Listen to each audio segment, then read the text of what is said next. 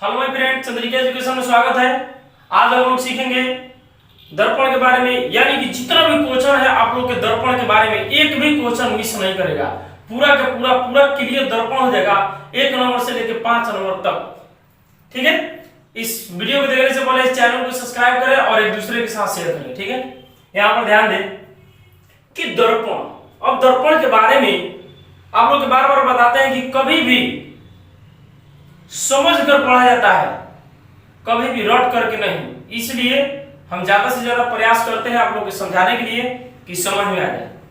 देखिए, जो दर्पण होता है तो कांच के बना होता है, यानी किस चीज का बना होता है? कांच का, जिसमें हम लोग अपना फेस देखते हैं।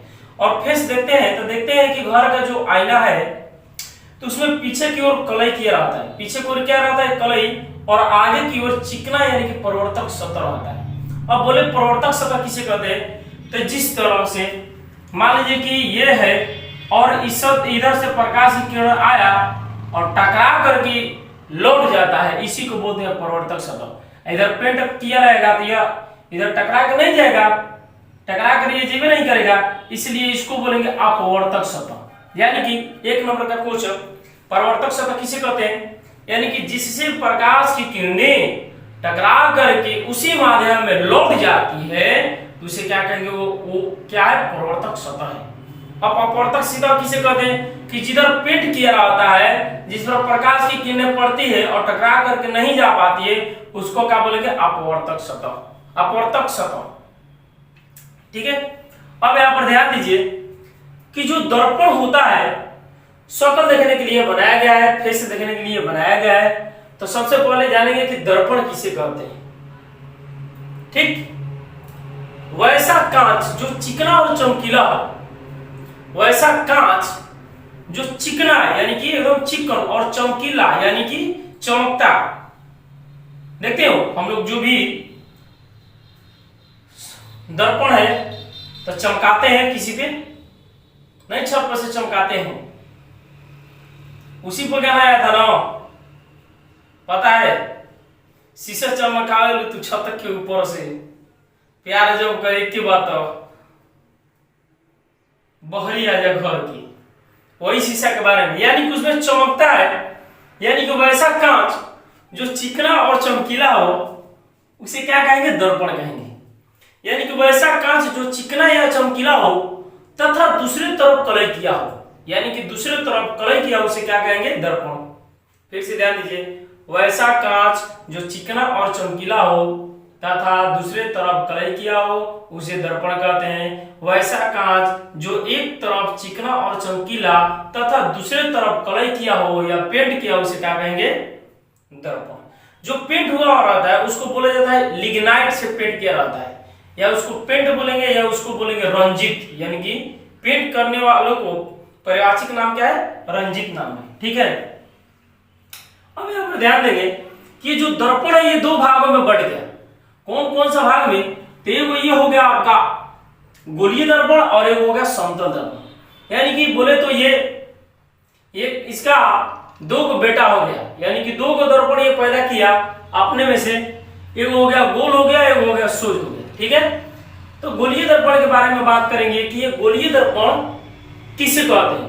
तो बोलेंगे किसी कांच के खोखले गोले का वह भाग। देखिए, अब पूरा इस तरीके से एली जैसे रहता है, जो तुलगंटी खेलता है गोल गोल वाला, तो एली से गोल रहेगा तो उसमें देखेंगे तो शक्ल दिखाई देगा? नहीं दिखाई देगा। उसमें पेंट किधर से रहेगा तब तो दिखाई देगा, नहीं तो प्रकाश जो होता है सीधे पार कर जाता है। मान लीजिए किसी को फेस को देखना है, इधर पेंट नहीं किया रहेगा, केवल कांच रहेगा, तो प्रकाश की किरणें आएगा और इसमें क्या करेगा? टकरा कर इधर नहीं आएगा, सीधे घुस जाएगा। ठीक ना? जब टकरा जाइबे नहीं करेगा, जब हमारी आंखों में प्रकाश जाइबे नहीं करेगा तो हम लोग कोई चीज वस्तु नहीं देख पाएंगे। ठीक ना? यानी कि कलई बहुत जरूरी है। तो इसीलिए इसको 2 पार्टों में काटा गया है। तो इसको जो बना है उसका नाम है गोलीय दर्पण। तो गोलीय दर्पण किसे कहते हैं? किसी कांच के खोखले गोले का वह भाग। देखिए, गोलीय गोला, किसी कांच के खोखले गोले का वह भाग जिसका एक तरफ परावर्तक सतह, देखिए इधर परावर्तक सतह है, यानी कि जिधर से शक्ल देखते हैं आप लोग को बता दिए हैं कि जिधर से पेंट नहीं रहेगा उसको परावर्तक सतह कहेंगे, और जिधर से पेंट रहेगा उसको बोलेंगे हम लोग अपवर्तक सतह। यानी कि किसी कांच के खोखले गोले का वह भाग जिसका एक तरफ परावर्तक सतह, देखिए इधर भी परावर्तक सतह, इस टुकड़ा में इसमें भी परावर्तक सतह अंदर से, उसे गोलीय दर्पण कहते हैं। किसी कांच के खोखले गोले का वह भाग जिसका एक तरफ परावर्तक सतह तथा दूसरे तरफ कलई किया हो उसे क्या बोलते हैं? गोलीय दर्पण कहते हैं। ठीक है, उसे क्या कहेंगे? गोलीय दर्पण। अब यहां से इसका दूसरा है समतल दर्पण। यानी समतल दर्पण किसे कहते हैं? वैसा दर्पण जिसका परावर्तक सतह समतल हो। देखिए ये परावर्तक सतह है, ये अपवर्तक सतह है, ये समतल है, चिकना है, ठीक है ना, इसीलिए हम लोग बोले समतल दर्पण। वैसा दर्पण जिसका परावर्तक सतह समतल हो तथा दूसरे तरफ कलई किया हो उसे क्या बोलेंगे? समतल दर्पण। यानी कि वैसा दर्पण जिसका परावर्तक सतह समतल हो तथा दूसरे तरफ कलई किया हो उसे क्या कहेंगे? समतल दर्पण। फिर से देखिए, यहां से किसी कांच के खोखले गोले का वह भाग जिसका एक तरफ परावर्तक सतह तथा दूसरे तरफ कलई किया हो उसे हम लोग क्या कहेंगे? गोलीय दर्पण। समतल दर्पण के बारे में देखा जाए, वैसा दर्पण जिसका परावर्तक सतह समतल हो, देखिए समतल है, तथा दूसरे तरफ कलई किया हो उसे हम लोग क्या कहेंगे? समतल दर्पण। आगे बढ़ते हैं। समतल दर्पण यहीं पर इसका खत्म हो जाता है। यानी कि समतल में एक ही तरीका से पाया जाता है, ये खत्म हो जाता है, ठीक ना। अब यहाँ पर आता है गोलीय दर्पण के दो भागों में बट गया। कितने भागों में? दो भागों में। एक आपका हो गया उत्तल और एक हो गया अवतल। उत्तल मतलब क्या होता है कि वैसा कांच जिसका परावर्तक सतह उठा है, देखिए यहाँ पर जिसका परावर्तक सतह जिधर से हम लोग अपना फेस देखते हैं, देखिए ये उठा है, अंदर वाला भाग क्या है? पेंट है, जो क्या है? धसा है। किसी कांच के खोखले गोले का वह भाग जिसका परावर्तक सतह उठा हो, जिसका परावर्तक सतह उठा हो तथा दूसरे तरफ कलई किया हो, तथा दूसरे तरफ कलई किया हो उसे हम लोग क्या कहते हैं? उत्तल दर्पण।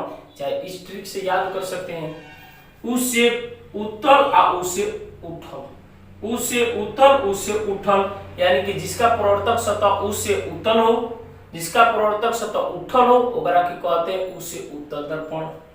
अवतल दर्पण किसी कांच के खोखले गोले का वह भाग, किसी कांच के खोखले गोले का वह भाग जिसका परावर्तक सतह धसा हो तथा दूसरी तरफ कलई किया गया हो उसे क्या कहते हैं? अवतल दर्पण। ठीक है, यहाँ पर भिन्न भिन्न तरह से क्रम में आप लोग के लिख दिए हैं कि उत्तल दर्पण, अवतल दर्पण और समतल दर्पण। इसके बारे में अब जानेंगे। सबसे क्वेश्चन नंबर 1 में आप लोग का आता है, 5 नंबर में आता है कि तीनों दर्पण के बिना छुए किस तरीके से जानेंगे कि कौन समतल है, कौन उत्तल है, कौन अवतल है। तो इस क्वेश्चन को जानने से पहले एक दो क्वेश्चन हम लोग को ये जानना है कि एक नंबरिया में उत्तल दर्पण में इसका परावर्तक सतह उठा होता है तथा इसका उपयोग जो होता है बड़े बड़े वस्तुओं को छोटा बनाकर दिखाता है। यानी कि जो इसका उपयोग होता है उत्तल दर्पण का, जो बड़ा बड़ा वस्तु होता है उसे छोटा बना करके दिखाना, उसी को उत्तल दर्पण कहते हैं। वहीं पर उसका उत्तल दर्पण का उपयोग करते हैं। इसका उपयोग जैसे गाड़ी के साइड मिरर में, मान लीजिए कि जो भी ऑटो है या मोटरसाइकिल है उसका साइड मिरर में इस तरीके से लगा रहता है कि जो साइड से गाड़ी कोई भी आ रहा है, कोई भी गाड़ी आ रहा है तो उसको छोटा प्रतिबिंब बना के दिखाई दे, अन्यथा एक्सीडेंट हो जाएगा, दुर्घटना हो जाएगा। यदि बड़ा प्रतिबिंब बनाकर देता तो सोचो कि एक पीछे से आ रहा है ट्रक, तो पूरा ड्राइवर को मुड़िए रोकेगा और अगल बगल में लोग नहीं करेगा तो एक्सीडेंट हो ही जाएगा।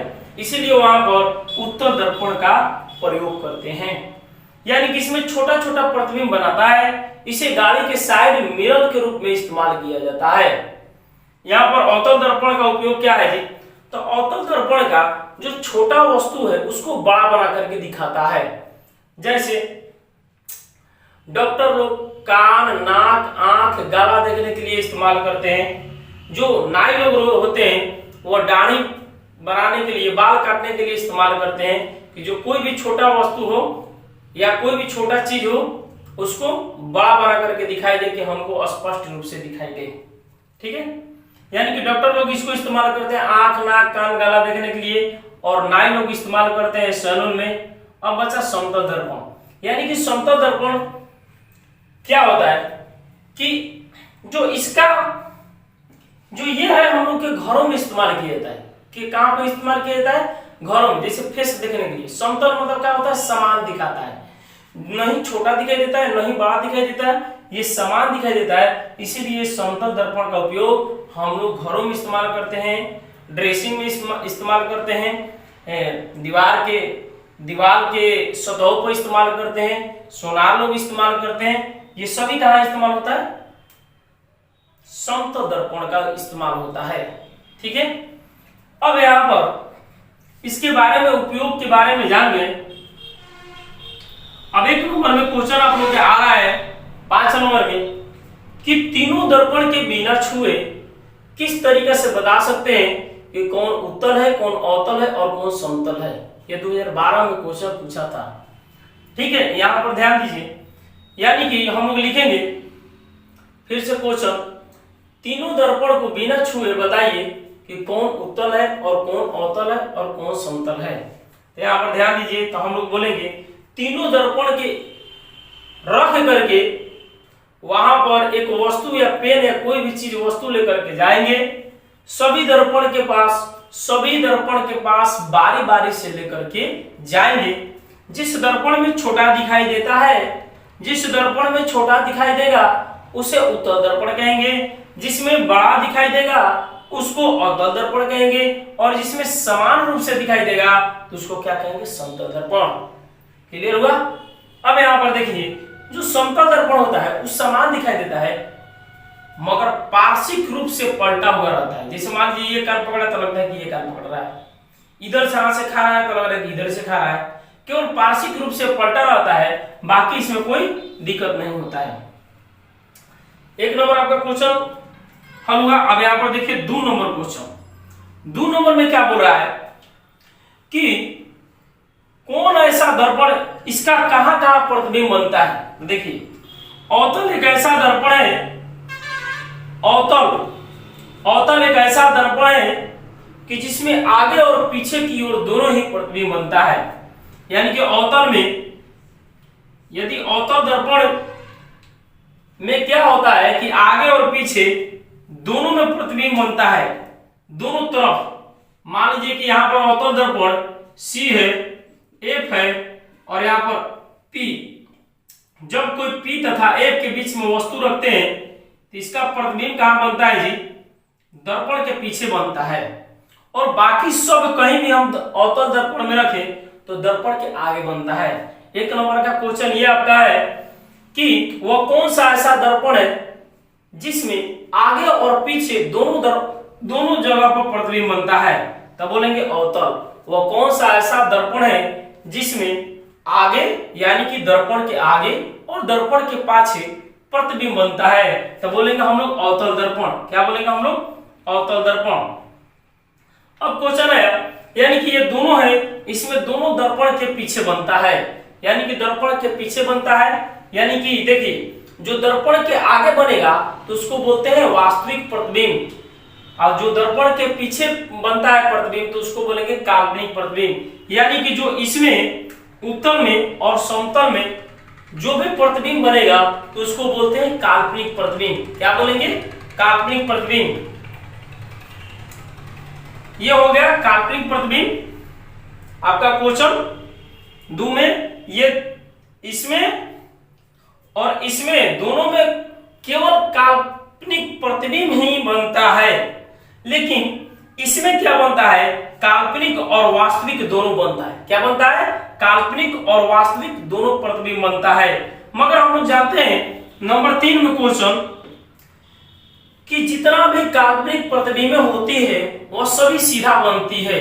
जितना भी काल्पनिक प्रतिबिंब जो होती है वह क्या बनती है? सीधा बनती है और दर्पण के पीछे बनती है। जितना भी काल्पनिक प्रतिबिंब है वो क्या बनती है? सीधा बनती है और दर्पण के पीछे बनती है। और जितना भी वास्तविक प्रतिबिंब बनती है, देखिए इसमें और वास्तविक बनती है जैसे ए पर रख देंगे, ए तथा सी के बीच में रख देंगे, सब इधर बनेगा। और जितना भी वास्तविक प्रतिबिंब बनती है वह उल्टा बनती है। क्या बनती है? उसका प्रतिबिंब क्या बनता है? उल्टा बनता है।